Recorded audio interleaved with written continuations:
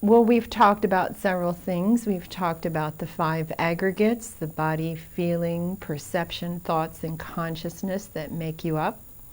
We have talked about the 3 kinds of feelings which you experience, and we have talked a little bit about how you get involved with these feelings, and when you do not understand how their origination works and how their disappearance works, and their gratification, the danger, and the escape of these feelings, then you are unable to ease the suffering because you become involved with them, and you will lose the present moment, and you will be stuck with past memories that turn into emotions, or future thoughts that are worries about things that might happen, and this causes a lot of stress, a lot of strain. We talked about how the Buddha his whole plan was to shift us from unwholesome thoughts and speech and actions, unwholesome mind states, because everything starts in the mind first, over to wholesome states, wholesome mind states. And then we talked about how the Buddha had a little bit of a solution. Let's look at just one slide here that we have up that shows us practice that we talked about. And this practice was called, right effort had the 4 steps of recognizing these unwholesome mind states, releasing the unwholesome mind states, and then relaxing anywhere you are, anytime, and then bringing up a wholesome mind state by smiling and returning to what you are doing in the present moment. If you are meditating, it means to come back to your object of meditation and to continue doing that while you are smiling, and to keep these wholesome states going. And what the Buddha showed us was this cycle. If we keep moving on this cycle, it will eventually free us from the suffering. Well, the other thing I told you last time was I was going to show you where what happens with the energy,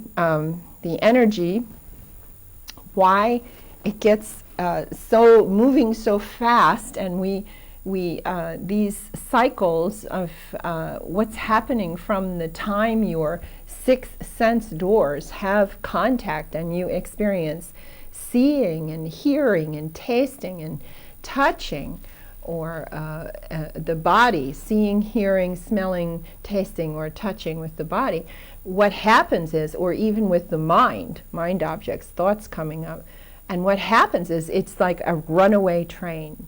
You get so involved in things, it feels like everything is happening to you on top of your head instead of from you. How does that happen?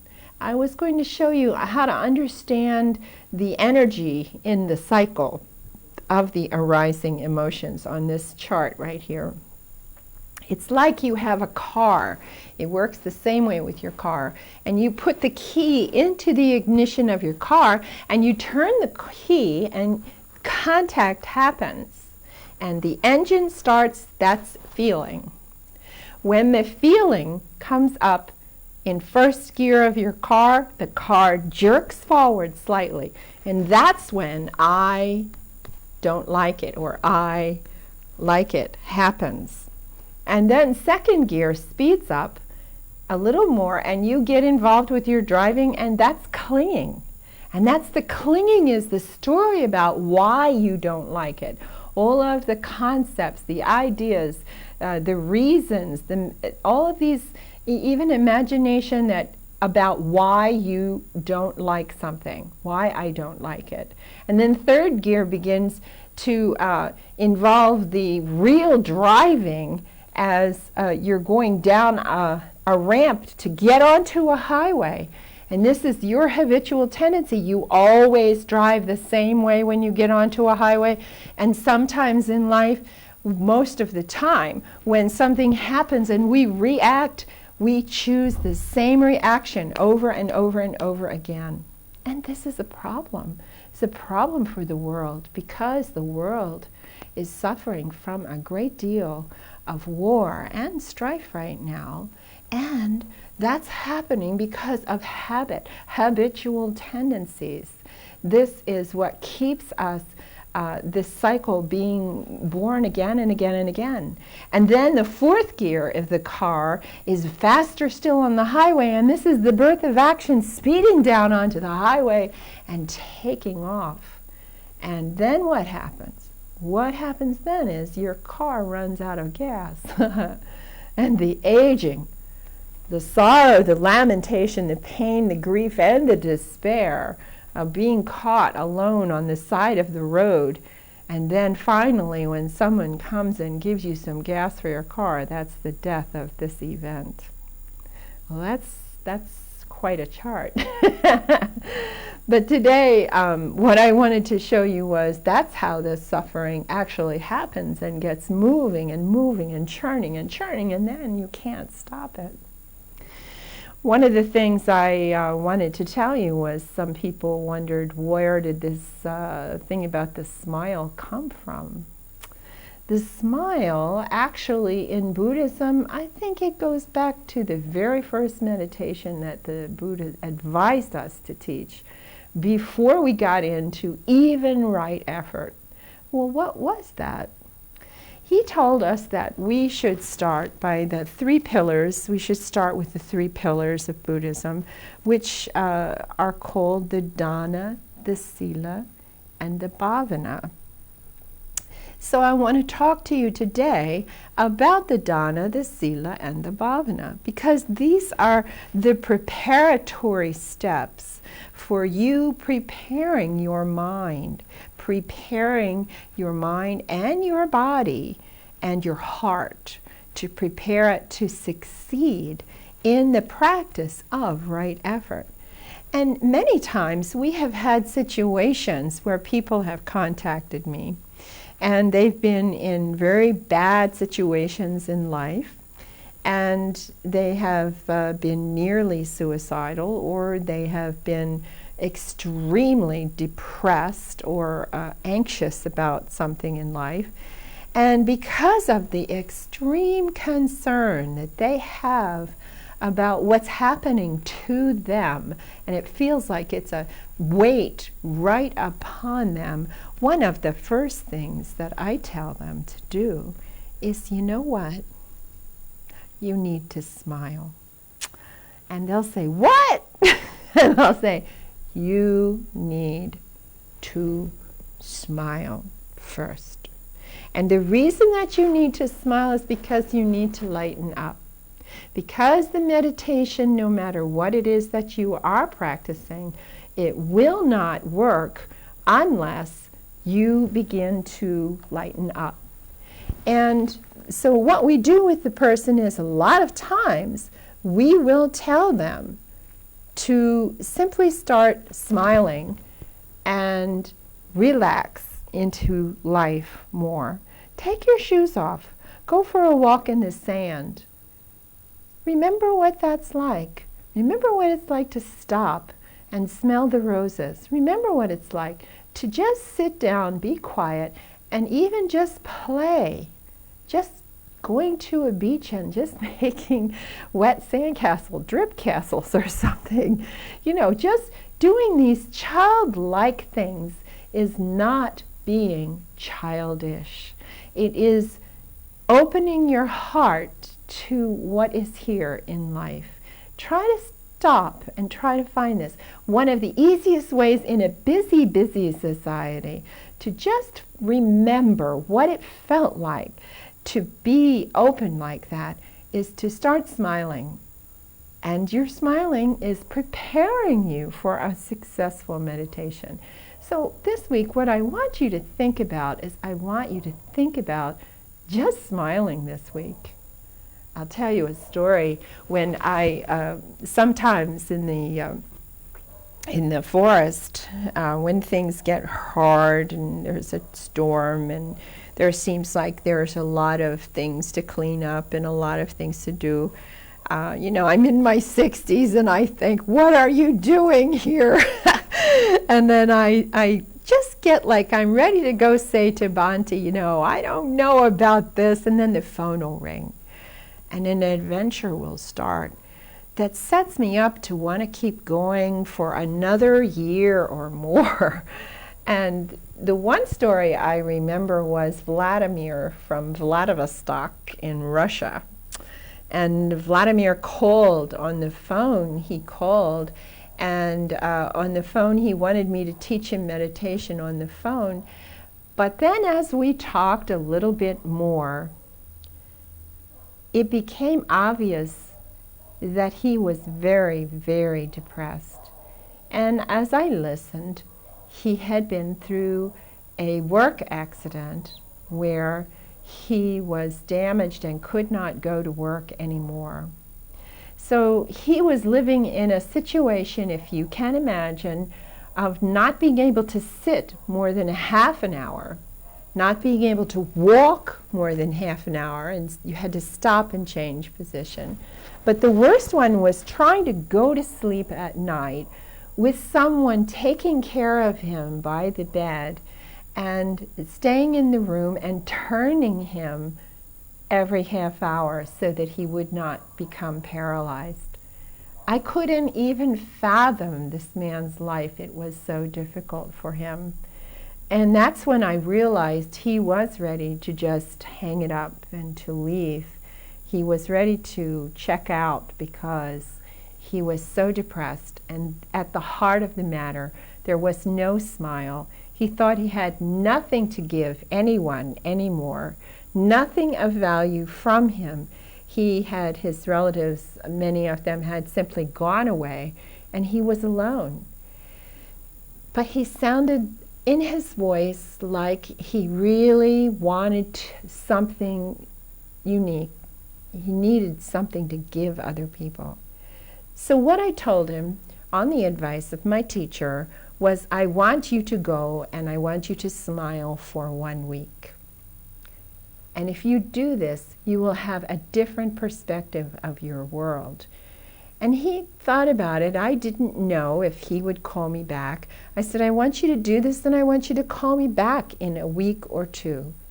Well, I waited, and he didn't really call back until almost the 2-week mark, and then the phone rang. And when he talked to me, he told me this. He said, "Oh, this is wonderful," he said. "This is great stuff, great stuff. I can give this to other people." He was so happy. And I said, "What happened to you?" He said, "Well, I had to go and see a friend. I started smiling to everyone. And when I walked down the street, the homeless man, I smiled at him and he smiled back. And then I went further. I went down and some policeman was not happy, but he looked at me and I smiled and he smiled back. And I went to the train station, I went to the ticket people, and they were very unhappy. Everybody was being mean to them, and I smiled at her, and I got the ticket for half price." And he said, "You know, I can really give this to people. This is really something." And it changed everything because the man had something simple to give. And he started to tell other people about this, and they started to come and visit him, and he was sharing more and more, and this really opened his world. I'm telling you, then the secret to the smile is not smiling. The secret to the smile is giving it away. That's what you've got to do. That's what's the most important part. So when you are practicing, I want you to remember how much value this was for Vladimir. I want you to remember it's a simple thing. You know, somebody told me once from New York State, they called me and they said, What is this you're telling people you can affect the world around you? Don't you know you have to change inside? You have no effect on people around you. I said, this is not true. I said, I've been a mother, I have had children, and I will tell you that you can help to change everything if you just relax and smile at certain times. He said, what are you telling me? I know I can't affect anyone around me. I said, what you have to do is go to a supermarket on a Saturday. He said, a supermarket on a Saturday? I said, yes, you have to go to a supermarket on a Saturday. You have to get a basket and you have to wait until the people are in line and there is a mother with a baby child who is crying and a new cashier.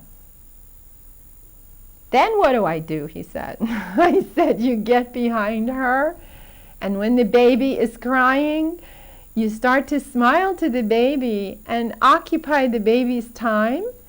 And because this baby was crying, all 40 people around you are just sweating and they're uptight and they're really, everybody is nervous because this poor mother is upset over her child and the cashier doesn't know what to do because she's a new cashier. And you come along and you start to talk to the baby and compliment the mother on the child. And the mother gets happy and the baby is quiet and the cashier is relieved and you have changed everybody in the room. Well, he did that. He went away and he wrote me and he said, I did it. I affected the world around me. I said, of course you did. It has to start inside here, but then when you start doing loving kindness and you start doing the karuna, the loving kindness is the metta, when you start living that and giving it away, then you become a light. You become the wick of the candle. You become the light that is opening up the darkness for people around you. And it's all starting with a smile. And this is just what the Buddha was talking about when he was teaching the metta, the loving kindness to people. It's not something we just say to ourselves and we use a mantra to say it, and we go home and feel very well that we did that today. That's not the answer. That doesn't change anything, but perhaps you feel a little better about yourself. It's when you begin to open your heart, use with this dana, and this metta, this smiling, is a primary part of this generosity. You see, dana was generosity, and in order to prepare the way for your meditation to succeed, you have to have this ingredient of this dana operating. Dana is 3 forms of dana. It is a mental generosity, kind thoughts for other people. It's kind speech for other people. And then it is kind actions for other people. So you can activate this anywhere. In a train station, helping someone cross the street, stopping if someone's car is broke down and helping them change a tire, giving somebody a little bit of money so they can have some food, helping somebody carry bags to the car. It's endless. It doesn't have to be that you turn into the United Nations and cause world peace all of a sudden. It doesn't have to be that way.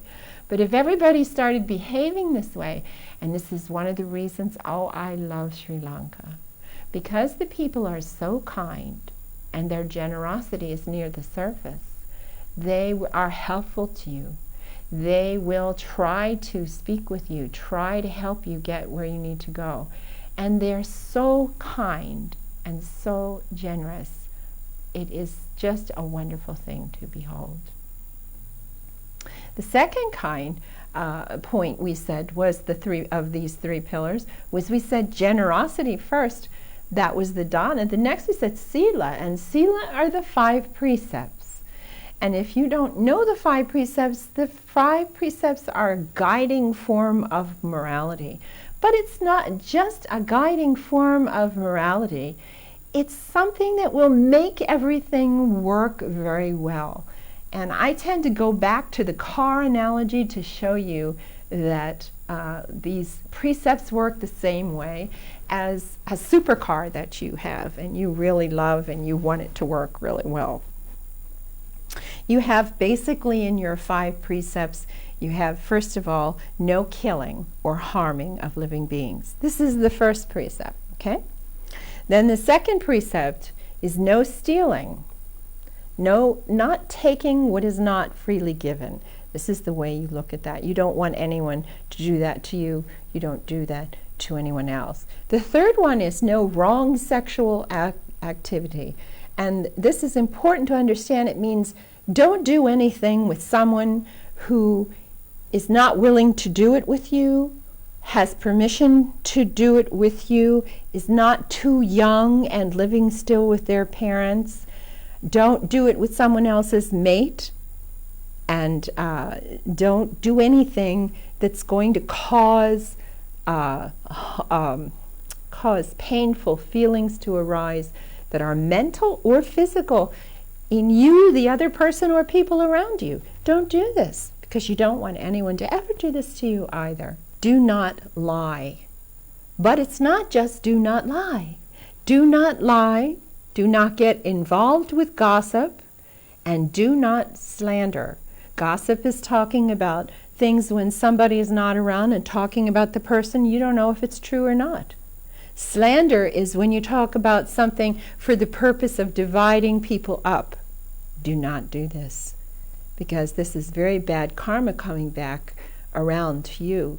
And if you don't believe in karma, just listen for a minute, because I don't like to talk to people about morality, but it's important you understand the purpose of the precepts is not just a lecture on morality. It's a purpose is the functionality of life. If you want things to run smoothly, then you follow these precepts. And the last one, the 5th one, was that you don't have recreational drugs or alcohol, because that will loosen the mind, fog up the mind, and you'll break the other 4 precepts, so you get in trouble that way. So showing you the analogy of the car really quickly, just imagine you have a Ferrari, and it's your car, and it's fantastic, and the factory gave you a factory book that told you what this car could do. And the car has 5 fluids. Okay, the car has gas, it has oil, it has brake fluid, it has transmission fluid, and it has steering fluid in it. Now, if one of these fluids is not in that car, will the car do what the factory told you it was going to do? Nope, won't do it. If you don't have the gas, or you don't have the oil, or if you don't have the transmission fluid, the car will not run the way the factory said it should run. So, if you want the car to run properly, you have to have all 5 of these fluids in the car, or it won't operate. It's simple. This is what the Buddha was trying to tell us with the precepts. If you want your life to run easily, then you need to have things aligned properly and keep these precepts so that you don't have any bad karma coming around to bother you in your life. You don't want what I call karmic kickback. If I do something bad to someone, it will come back eventually and it will kick back. You don't want that to happen. So you see the precepts, basically when you talk about them in this light, these were a modus operandum for your life, just the way I'm talking about a Ferrari and the factory car version that's in the book coming to life for you as long as you have all the fluids in the car. You want to have all the precepts in your life. The last part of the 3 pillars is actually the bhavana. And we've talked about bhavana, which means mind development. And the mind development is the practice of right effort and the practice of using loving kindness and using compassion in your life. That's what you want to do. You want to learn to use the loving kindness and use the compassion in your life systematically, making it happen. And there was a woman who was working and she was going to lose her job, and we taught her how to smile and how to use loving kindness and how to be compassionate and balanced when she did her job. And when she learned how to do that, her job, which was very difficult, turned not so difficult and turned around to be a compassionate thing that she could help people to understand instead of bad news that she was carrying to them. And when her boss found out how happy she got excited, and she went home with the same training that we gave this person and gave it to her little girl who was having trouble in school. And then the mommy and the little girl were practicing loving kindness and karuna together. And then this woman came back to the office, decided to have a department head meeting and share it with the other people. I like to call this story a very special story because to me, it showed me at a particular time when I needed to know what we were teaching was very effective. It showed me personally that you can still drop a pebble in the pond of water and the ripples will flow out from it just like that. Just like that. It's like the reverberation flows out. The little ripples in the pond go out and touch the next person, the next person, the next person. This is how Buddhism spread. This is what this practice was about in the beginning. This practice was not isolated. It was not only found in the temples. It was not only found in the forest monk's possession under a tree. It was used by the lay people, and this is how they did it. They shared it. And it was a simple, easy to understand practice that in this case was immediately effective. And it was so interesting. She became a student. She learned more. She practiced more. And I hope to see her when I go home. So I'm going to let you go now. And next time we come back, we're going to look at a sutta that I think that you will all enjoy. It is the Samana Mandika Putta Sutta, and this is the story of some of the characters in the Buddhist Nikayas that it will give you a feel for how the Buddha was shifting certain things from unwholesome to wholesome, and why the practice that I showed you makes so much sense. And I hope to see you next time. Sadhu.